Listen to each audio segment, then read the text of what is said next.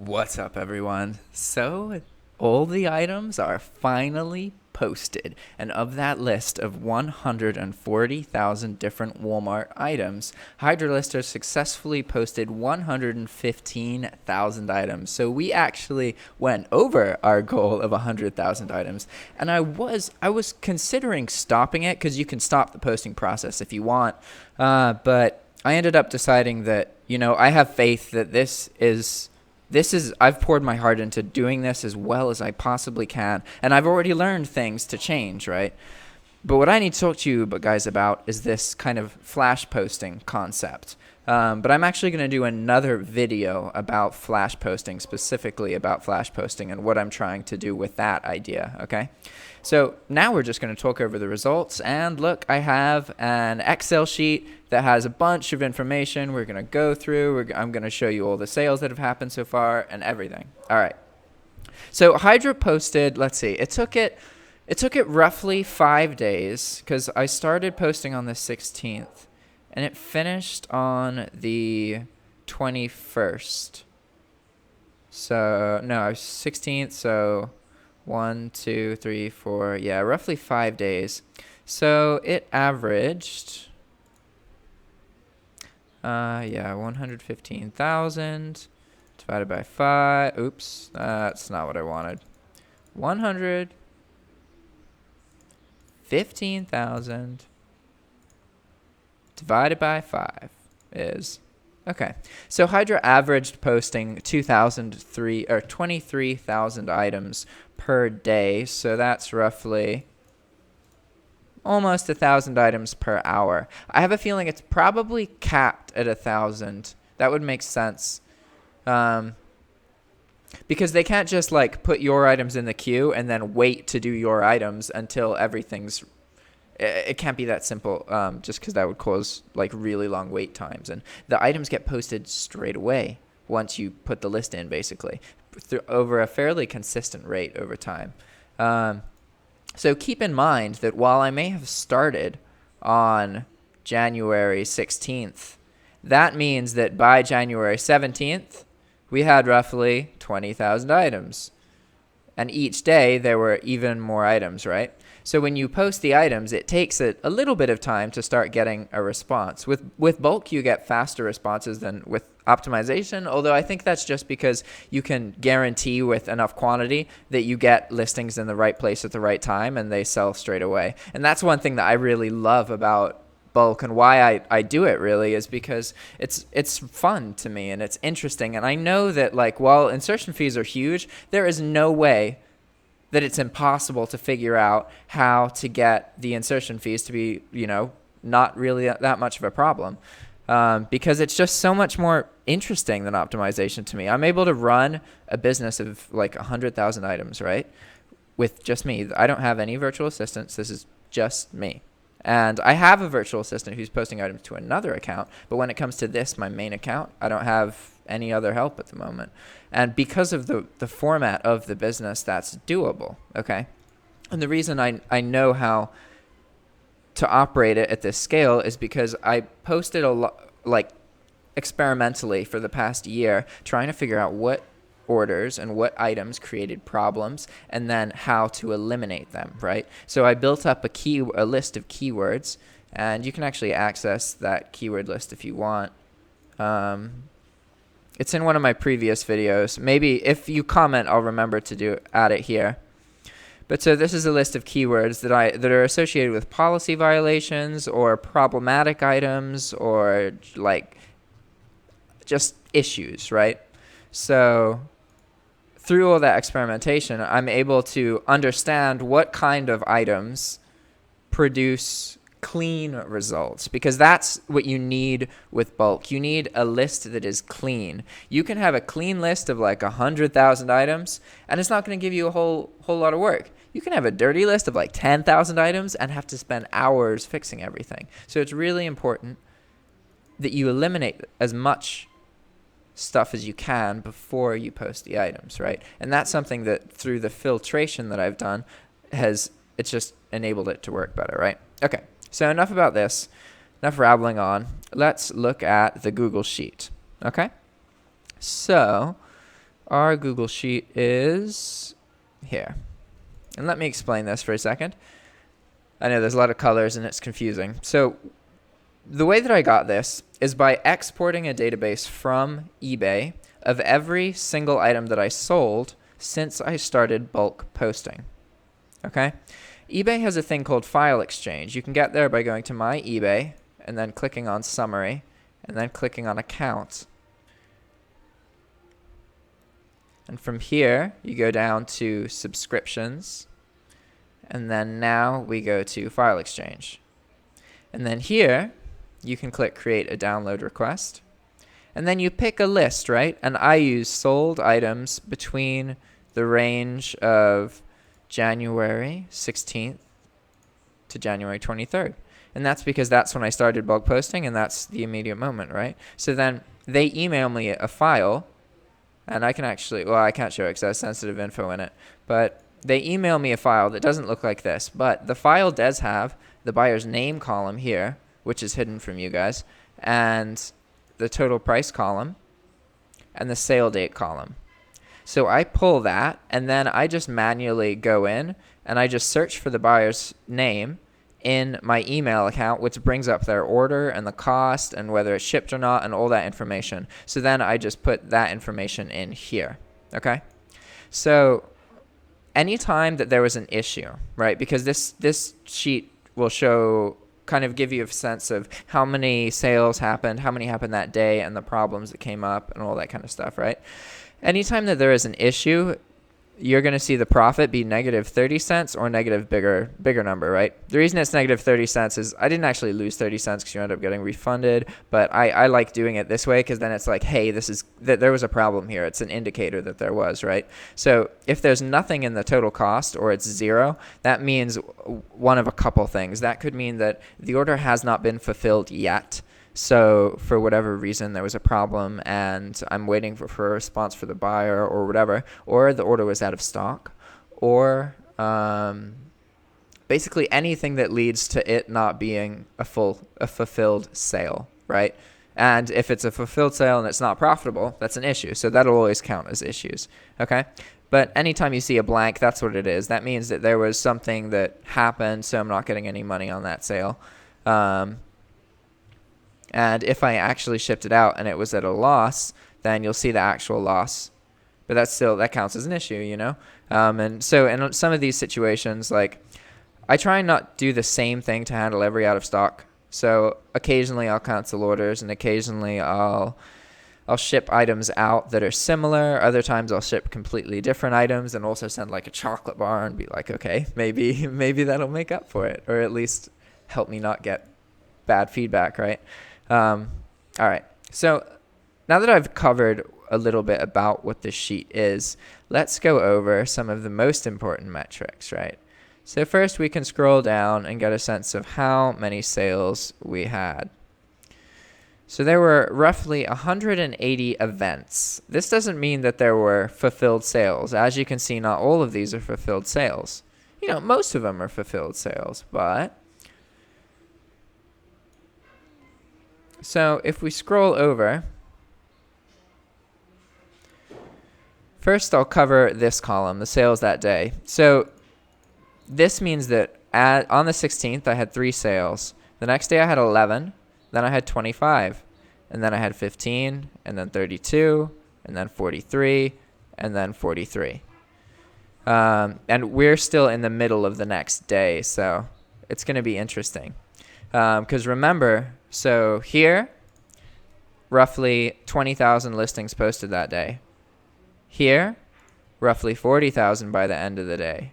Here, roughly 60, etc., etc. So that's why you see this kind of slow build.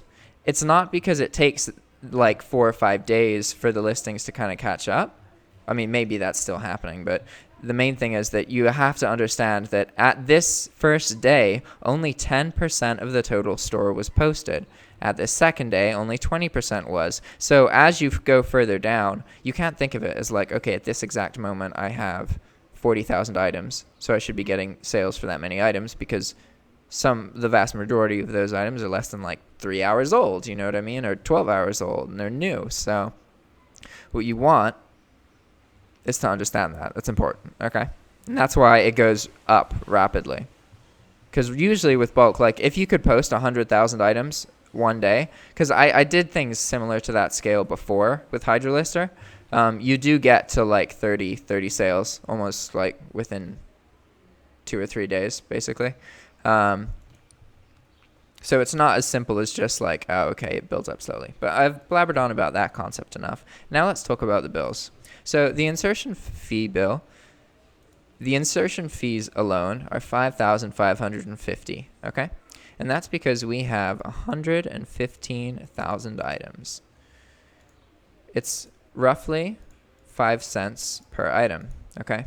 So that's $5,750. But the first 10,000 items are actually 3 cents per item because you pay $300 for an anchor store, right? And you get 10,000 items.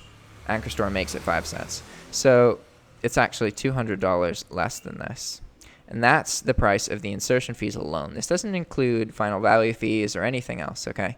So then I have Hydra for free this month. I had been paying for it recently, but I did a video like a year ago, and it was before I really started my YouTube channel, and it was about Hydra Lister, and it got a lot of views. And then so the Hydra team saw that and then gave me a free account. And then I just recently reactivated that.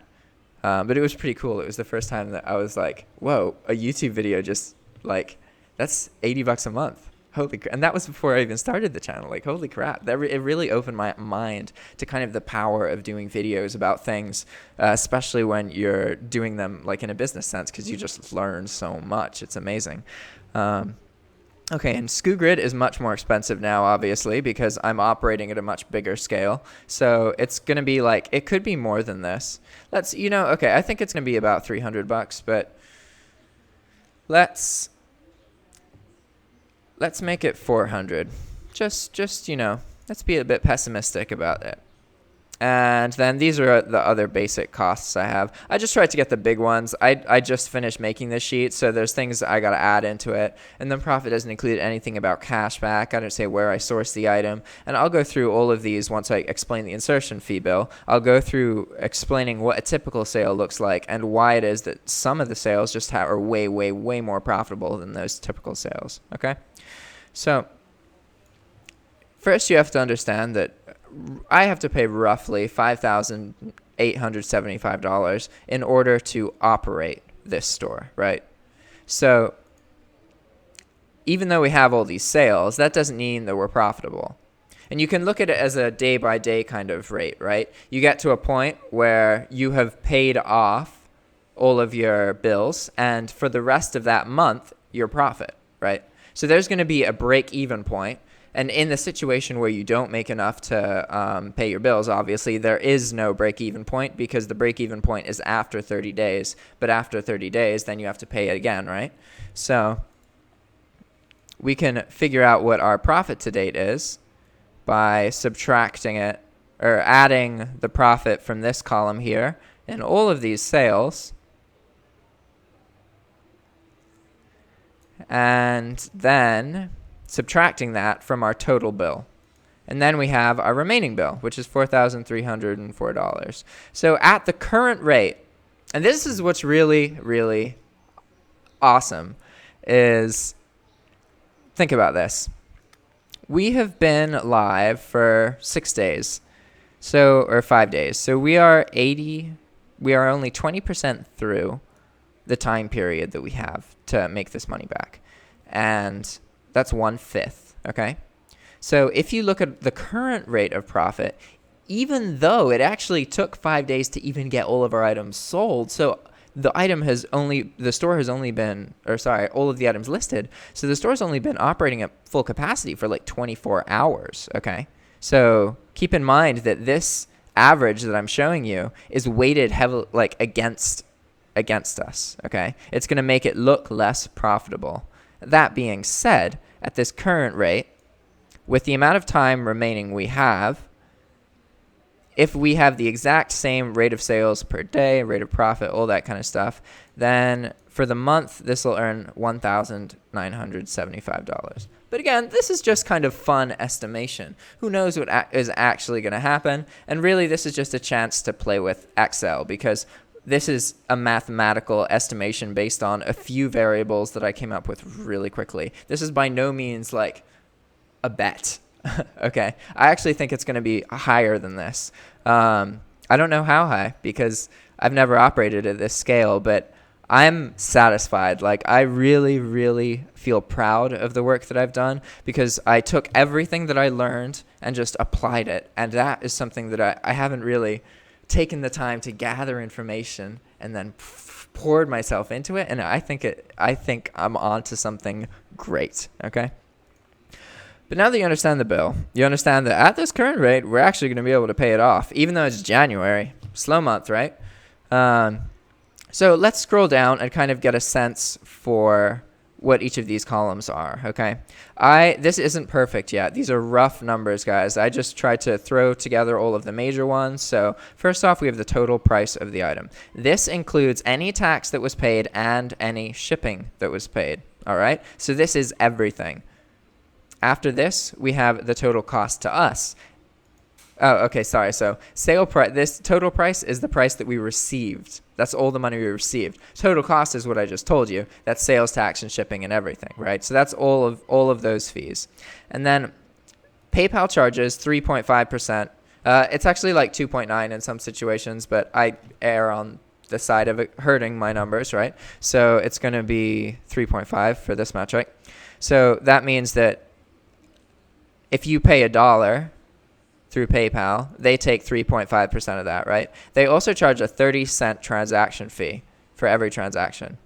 eBay charges 9.15%. This varies based on category. It can actually be lower than that, but most of my items are in 9.15% categories. So you can get a rough profit by taking the total price of the item, subtracting the total cost.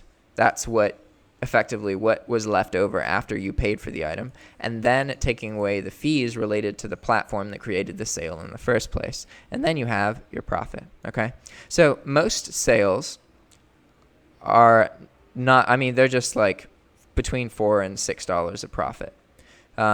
If it's less than $4, that's an indication that there was a repricing problem that resulted in a not very profitable sale, but still a profitable sale. I use a 1.35 markup, and I have sales tax exemption with Walmart. But most of the profit comes from two things. One, multi-quantity sales. These are sales where the person buys 3 or 4 of the item, and because I price it to include shipping cost, that means that per quantity, I earn an extra $6, okay? Aside from that, there's also when I source the item from Amazon instead of Walmart, because I often find that the items that I posted from Walmart are actually also available for Amazon. And Amazon and Walmart have price matching most of the time, but they don't price match including the shipping. So it's often cheaper to get Amazon Prime items.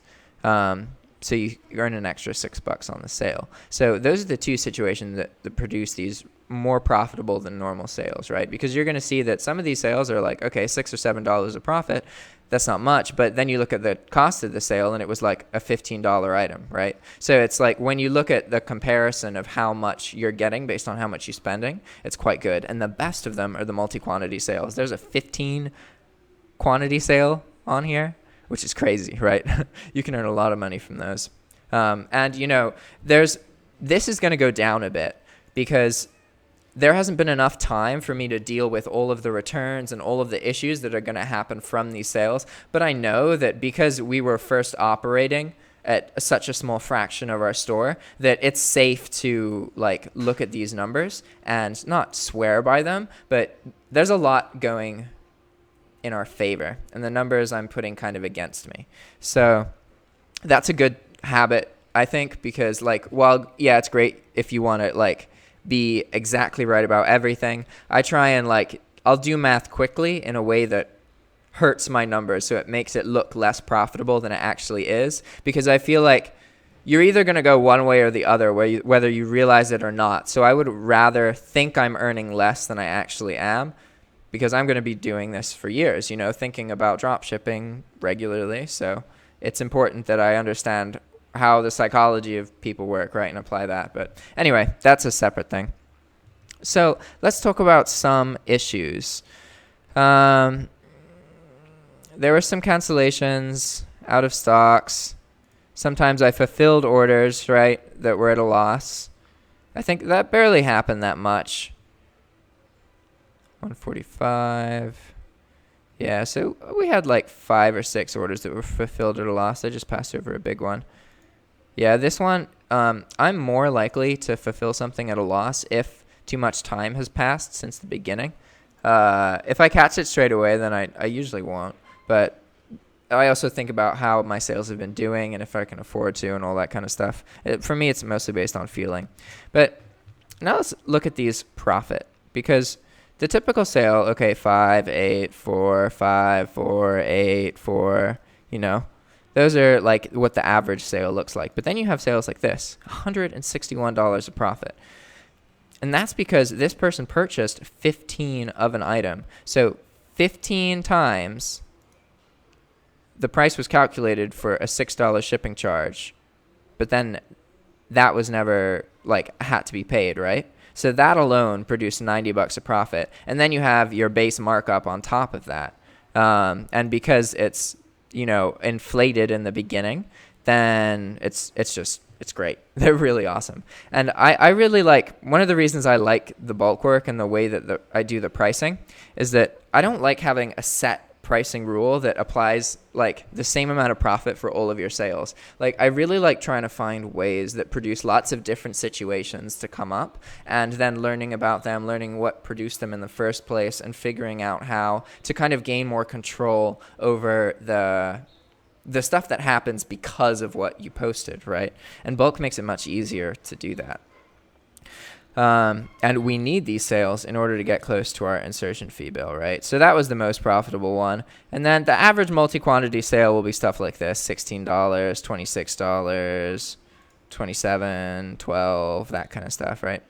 And then we can compare these, right? And I can guess if it was profitable because it was a multi-quantity or because it was an Amazon source. So this one was an Amazon source. Amazon source and multi-quantity kind of produce the same profit rate. Like it's often you pay slightly more than half, maybe 55%, and then you know, you got that full amount. And it's just really nice to get those sales in addition to these regular sales. And we're going to see what's going to happen with PayPal, because I realize now, I really understand. I definitely have the bulk thing figured out. Enough that I can rely on being able to produce sales. The things I have to understand now is at what point am I going to start having issues with cancellations? Am I going to need to order from multiple different Walmart accounts?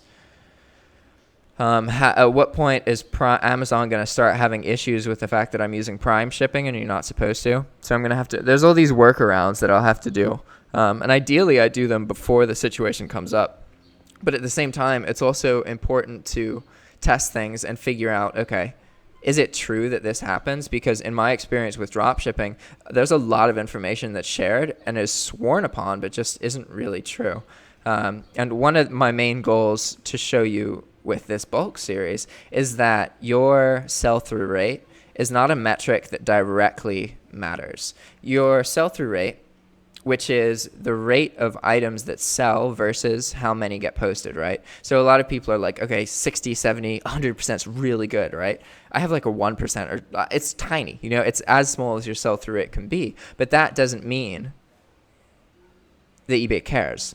And I get frustrated because I hear a lot of people say that, you know, they don't want to try bulk because they believe that if their sell-through rate falls, then eBay is going to stop promoting their optimized listings. And from what I understand, that's not true. I mean, okay, I grew this account doing bulk from the big, that's why it's so big. Bulk was the thing that allowed me to make it that big, from getting limit increases through calling eBay and talking to them. And I've had an anchor store for over a year. I've had an anchor store for like 16 months.